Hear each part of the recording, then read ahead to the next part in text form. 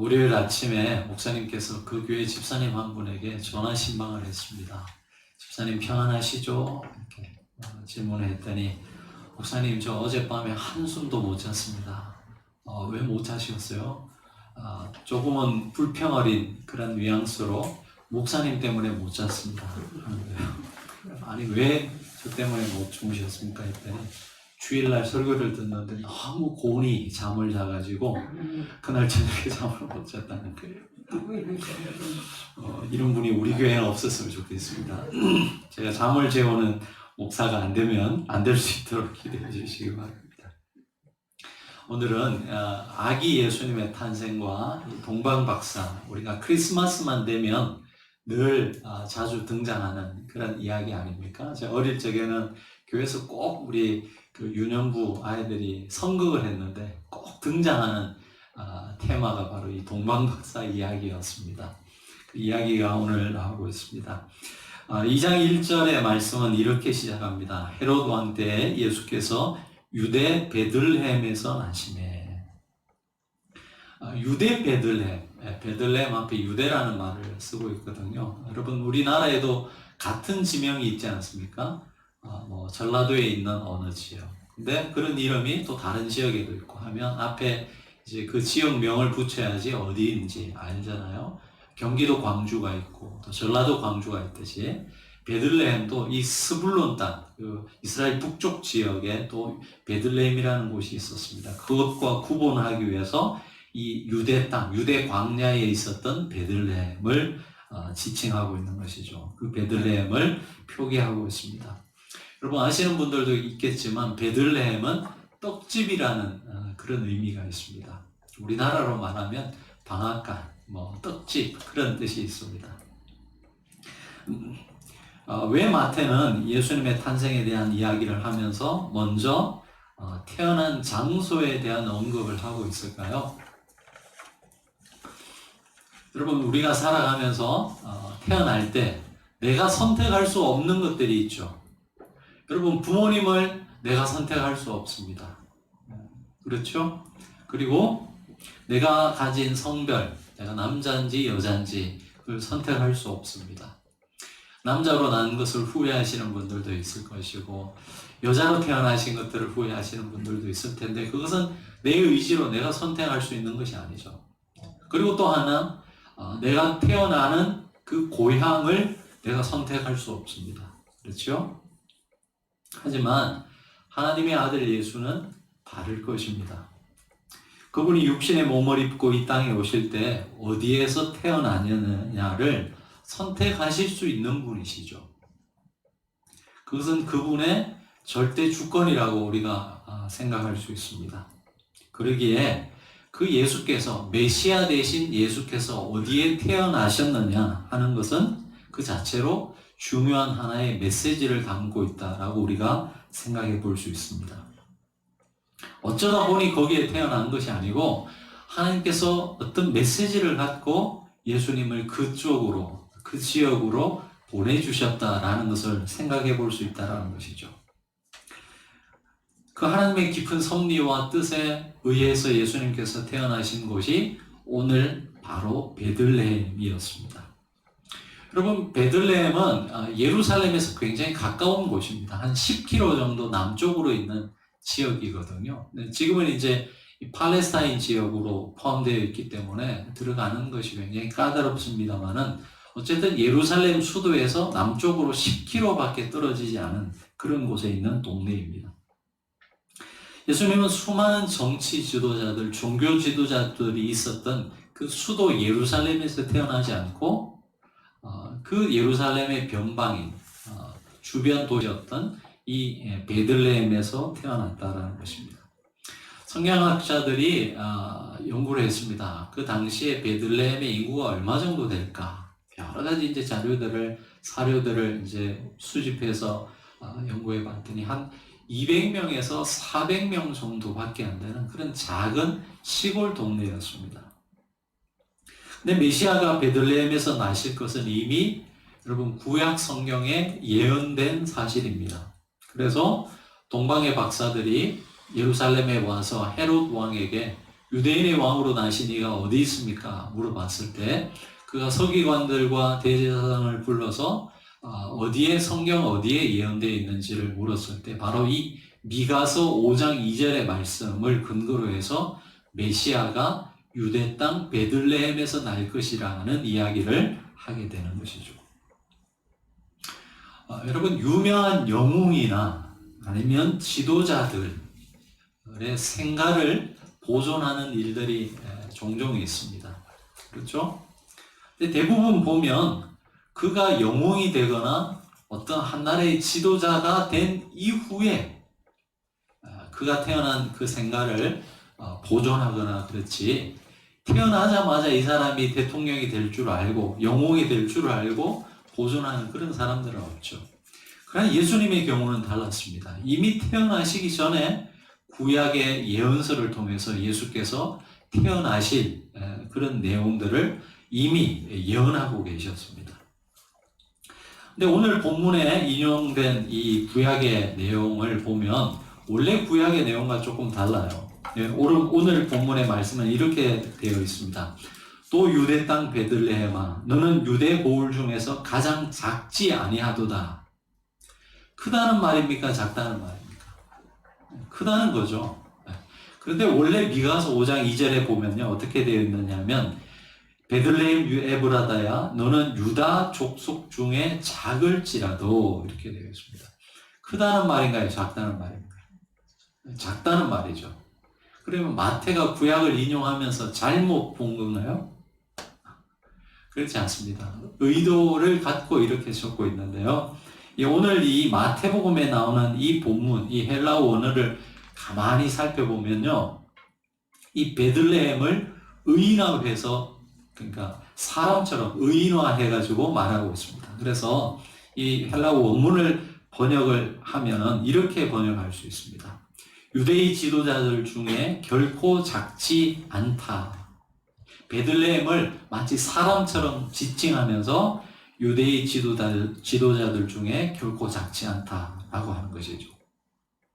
보잘것없는 동네지만 이 구속사적으로 굉장히 중요한 장소라는 사실을 강조하기 위함이라고 할 수 있습니다. 그래서 어떤 면에서는 구약의 이 미가서 말씀을 그대로 문자 그대로 인용한 것이 아니라 마태가 그 뜻을 풀어서 메시아가 태어날 이 장소를 좀 더 부각시키고 있다라고 우리는 볼 수 있는 것이죠. 하지만 아무튼 이 구약의 이 미가서 말씀을 보더라도 베들레헴은 정말 보잘것없는 작은 동네였습니다.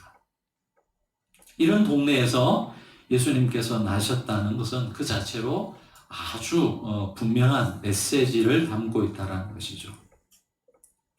예수님이 나신 곳은 베들레헴이고 예수님이 자라신 곳은 어디죠?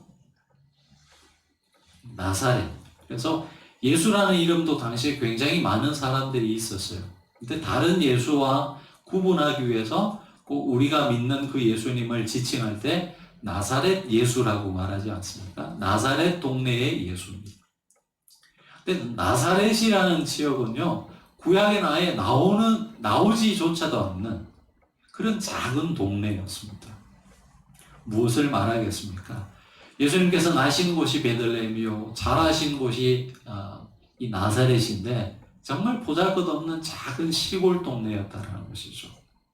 아마도 예수님의 그 삶 자체가 여러분 이 땅에 소외된 사람들, 가난한 사람들에 대한 깊은 애정과 관심을 갖고 그분의 삶이 이루어졌다는 것을 그분이 나신 곳, 자라신 곳을 보더라도 우리가 알 수 있는 것이죠.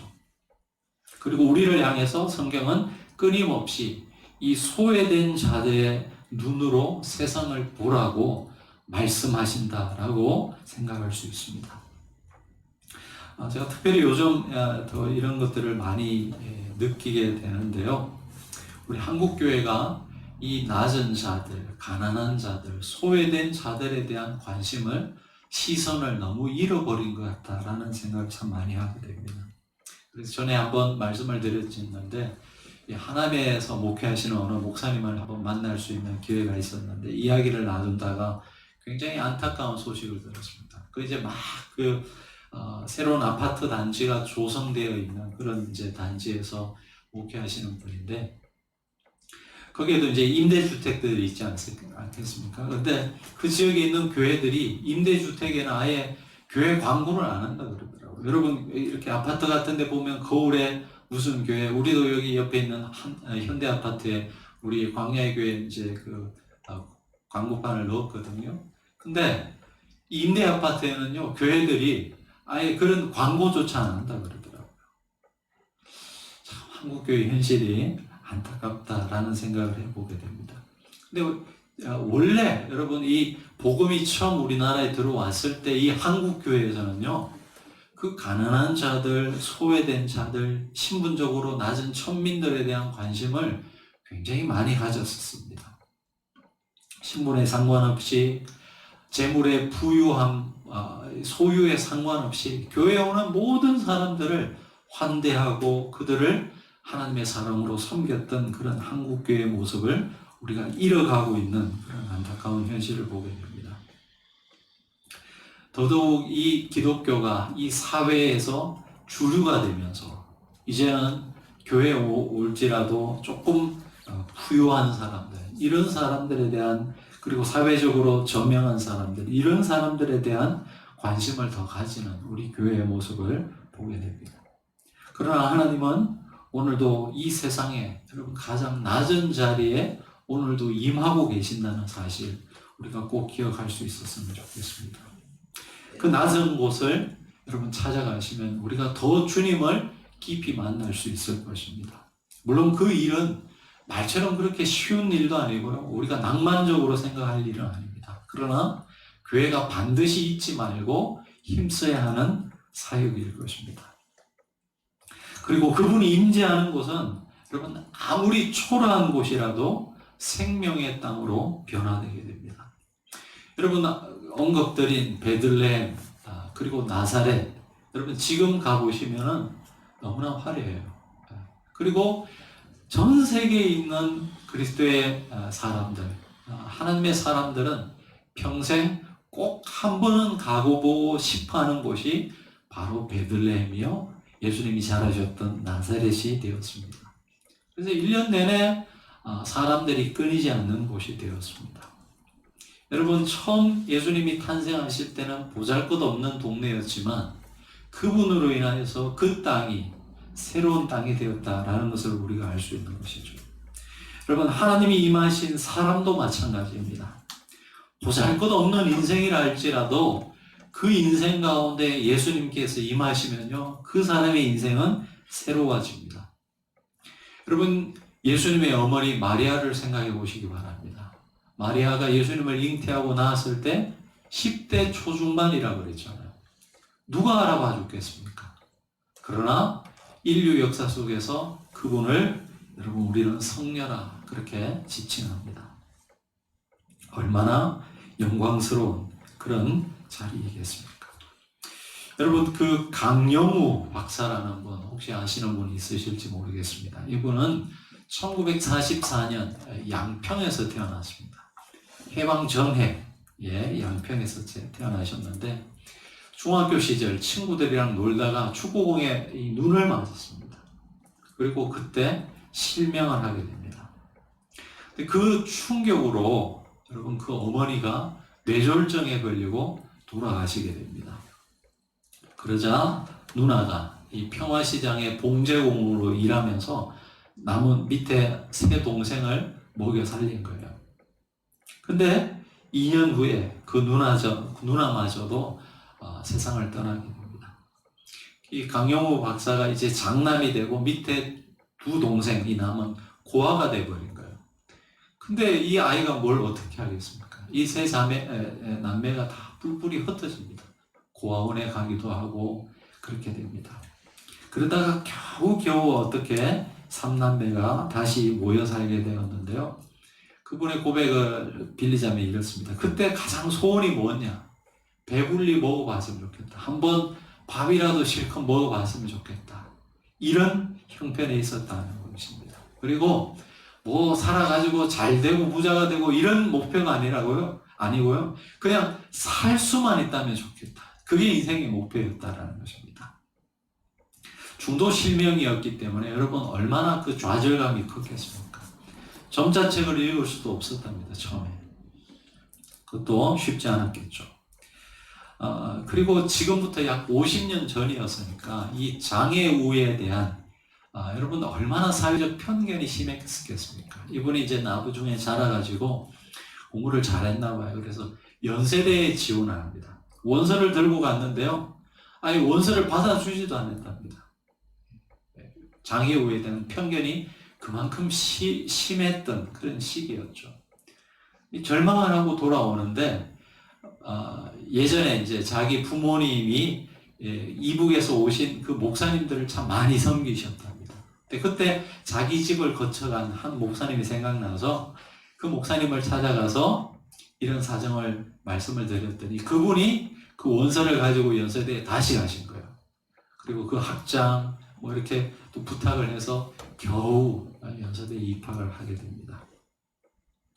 그리고 나서 여러분 로타리 클럽이라는 곳에 이 장학생으로 나중에는 미국에 유학까지 가게 됩니다. 우리나라 최초의 장애인 유학생이 됩니다. 그리고 나서 국제적으로 엄청난 일을 하다가 2012년 하나님의 부르심을 받았습니다. 두 아들은 첫째는 미국에서 최고의 안과 의사가 되었고요. 둘째는 이 오바마 대통령 시절에 선임 법률 고문으로 그렇게 아주 유명한 그런 아들이 되었습니다. 그분은 이렇게 고백합니다. 자신이 만약 시각장애인이 아니고 그냥 평범한 사람이었다면 자기가 이룬 일의 10분의 1도 이루지 못했을 것이다. 이렇게 고백을 했습니다. 그리고 또 고백을 하는데요. 지금의 자신이 있을 수 있었던 두 가지 가장 중요한 만남이 있었다는 거예요. 그분의 인생에. 하나는 그분의 사모님, 와이프를 만난 거고요. 그리고 하나는 바로 예수님을 만난 것이다 라고 그의 자서전에서 그렇게 기록하고 있습니다. 여러분 그분의 삶을 생각하면 마치 베들레헴 같은 사람이었어요. 예수님을 만나기 전에. 누가 봐도 보잘것없는 인생 아니었겠습니까? 돈이 있었습니까? 아니면 자신을 지켜줄 부모가 있었습니까? 아니면 여러분 이 사회를 헤쳐나갈 만한 그런 건강이 있었습니까?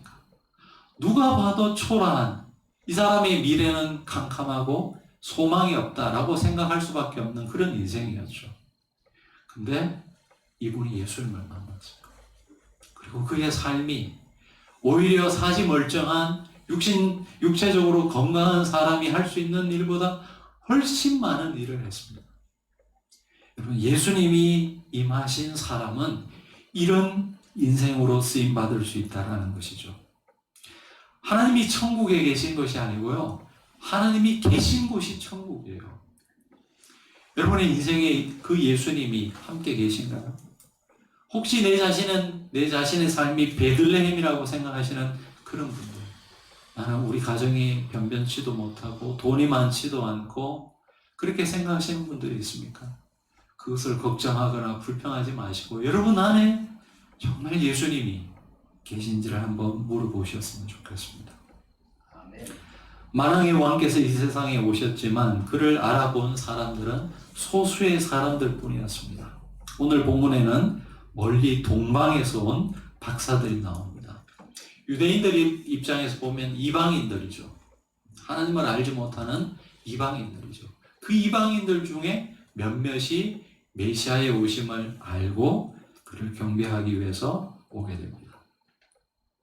예를 들어서 이런 거예요. 여러분 어떤 집안에 아들이 올림픽 경기에 나가가지고 금메달을 땄어요.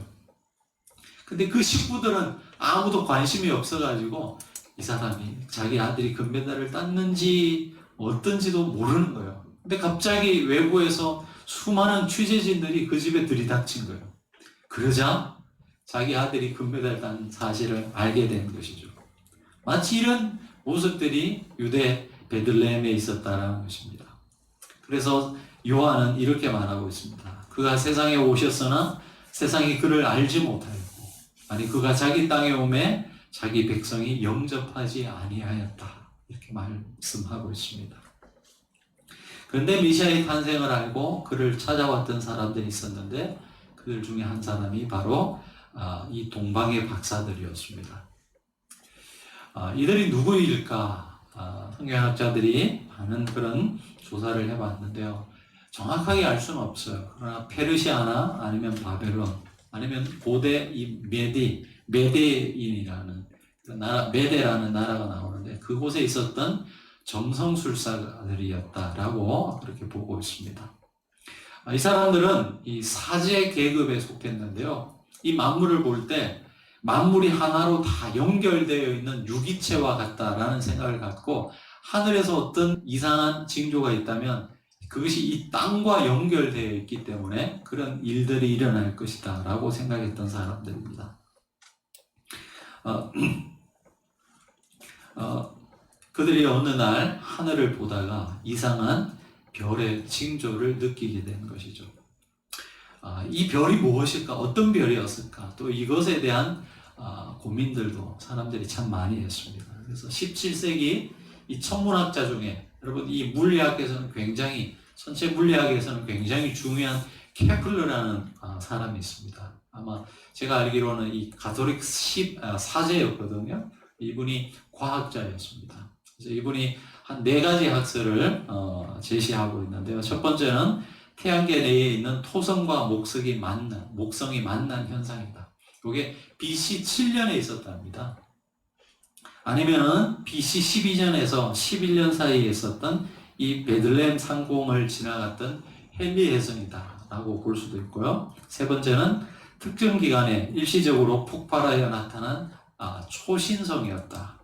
이렇게 보는 견해도 있고요. 네 번째는 이상의 자연적인 별의 현상이 아닌 초자연적인 현상, 즉 하나님의 특별 섭리로 일시적으로 생겨난 별이었다. 이런 학설도 있습니다. 그렇지만 우리가 정확하게 이때 이 예수님의 탄생을 알렸던 별이 무엇을 의미하는지 어떤 별이었는지 정확하게 알 수는 없습니다. 중요한 것은 한 별의 등장으로 이 땅을 구원할 메시아의 탄생을 알렸다라는 것입니다. 이 별의 등장으로 이 세 사람은 긴 여정을 떠나게 됩니다. 아마 그들의 생업을 포기했을 수도 있고 그들의 가족을 떠나야만 했을 것입니다. 그리고 별을 보고 왔으니까 아마도 낮에는 움직일 수 없었고 밤에만 낮에는 이 한낮의 이 광야의 어떤 뜨거운 태양을 피해서 쉬어야 했고 그 추운 밤에는 또 걸음을 인도했던 그런 별을 따라서 움직여야만 했을 것입니다. 쉽지 않은 여정이었었겠죠. 하지만 그 별을 따라서 한 걸음 한 걸음 나아갈 때 결국은 인류의 메시아, 구원자 예수 그리스도를 만나는 이 영광스러운 자리에 그들은 초대받을 수 있었던 것입니다. 여러분 어쩌면 여러분 인생에도 이런 별이 있을 수 있어요. 여러분 이 동방박사들에게 별은 어쩌면 물론 결과적으로 보면 메시아를 만나는 영광스러운 자리에 초대받게 되는 계기가 되었지만 그 별을 따라서 하루하루 간다는 것이 여러분 쉬운 여정이겠습니까? 이게 언제 끝날지도 모르고 어디까지 갈지도 모르는데 어쨌든 그 별을 따라서 하루하루 그렇게 힘든 여정을 걸어가는 것이 결코 쉬운 일이 아니었을 것입니다. 그럼 결국 그 별 때문에 예수님을 만날 수 있지 않았겠습니까? 여러분 인생에도 이런 별이 저는 다 있다고 생각합니다. 때로는 말을 무지하게 듣지 않는 우리 자녀일 수도 있고요. 우리 가정이 가지고 있는 어떤 경제적인 빈곤일 수도 있고요. 아니면 내가 겪는 어떤 관계적인 어려움일 수도 있고 여러 가지 여러분의 삶에 있어서 만나게 되는 그런 어려움들이 바로 이분들에게 이 동방박사들에게 별이 아니었나 라는 생각을 하게 됩니다. 그러나 그것을 부인하거나 아니면 그것을 없는 것으로 그냥 망각하지 않고 그것을 내 삶의 일부로 받아들이고 그 걸음을 따라서 한 걸음 한 걸음 뚜벅뚜벅 가다 보면 여러분 주님을 만나는 그런 때가 있을 것입니다. 근데 그 별을 따라갈 때 어떤 마음으로 우리가 따라가야 하느냐? 여러분, 이 동방 박사들이 뭐라고 말하죠? 왜 그 별을 따라간 것이죠? 2절에 보시면 유대인의 왕으로 나신 이가 어디 계시냐? 우리가 동방에서 그의 별을 보고 그에게 무엇하러 왔느라고요? 경배하러 왔느라. 그냥 이 사람들은 호기심에 쫓아서 그렇게 왔던 것이 아니에요. 호기심이라면 아마 벌써 포기했을 것입니다. 왜 이들은 이 별을 따라왔느냐? 바로 경배하기 위해서. 여기 이 경배라는 말은요, 요한복음에서 2번 똑같은 단어가 사용되었는데요, 예배 드린다는 의미예요. 어떤 절대자 앞에 자신의 전 삶을 드리면서 존경의 표시를 하는 것을 의미합니다. 즉, 우리가 구도자의 마음을 가지고 하나님을 더 알아가려는 마음으로 우리 인생에 맞닥뜨리는 그런 고난을 내 삶의 일부로 받아들이고 수용하고 그 안에서 진지한 고민을 하면서 그렇게 한 걸음 한 걸음 나아갈 때 여러분, 우리는 메시아를 만나는, 마치 이 사람들이 예수님을 만났던 것처럼 그런 복된 자리로 나아갈 수 있다는 것이죠. 말씀을 맺겠습니다. 여러분, 이런 말이 있습니다. 기독교가 유럽에 가서는 문화가 되었고 미국에 가서는 기업이 되었고 기독교가 한국에 와서는 재벌이 되었다라는 이런 말이 있습니다.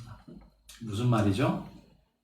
교회가 이제 더 이상 가난한 자들, 소외된 자들에 대한 관심을 잃어버리고 사회적으로 유명한 사람들, 그런 사람들에게만 관심을 쏟게 되고 그런 사람들이 교회에 오는 것을 환영한다는 것이죠. 여러분, 어쩌면 오늘 이 메시지는 우리 한국 교회에 주시는 메시지일 수도 있을 것 같다는 생각을 해봅니다. 가난하고 소외된 자들에 대한 관심과 사랑을 잃어버린 우리 한국 교회를 향해서 주님이 주시는 말씀이기도 합니다. 여러분, 돕기는 많이 돕죠.